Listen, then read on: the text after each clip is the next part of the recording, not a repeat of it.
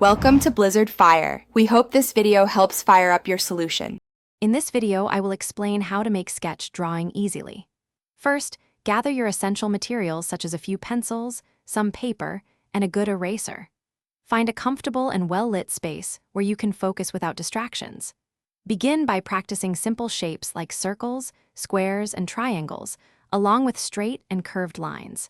These foundational exercises are crucial for developing your hand-eye coordination and control, setting you up for more complex drawings. Dedicate about 10 to 15 minutes to these basics. Next, let's explore how to give your sketches depth.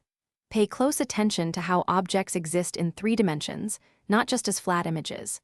Understanding basic perspective, like 1-point and 2-point, will help you draw objects accurately in space. Imagine a horizon line and vanishing points to guide your lines. Also, mastering light and shadow is key. It transforms flat shapes into solid forms, adding incredible realism and volume to your drawings. Practice shading simple geometric objects first. Now, let's refine your sketches with details and textures. Once your basic forms are established, focus on the unique characteristics that make your subject distinct. Varying your pencil pressure creates different line weights, adding visual interest and emphasis.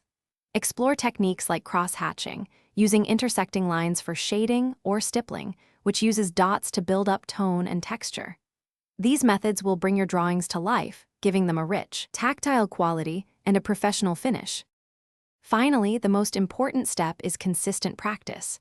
Dedicate at least 15 minutes every day to sketching. Even short sessions build skill over time. Draw from real life whenever possible, observing objects, people, and scenes around you. If that's not feasible, use photographs as reference. Remember, every artist makes mistakes, and they are essential for learning and growth. Embrace them, learn from them, and enjoy the journey of continuous improvement in your drawing abilities. Thanks for watching. If you found this helpful, don't forget to like and subscribe.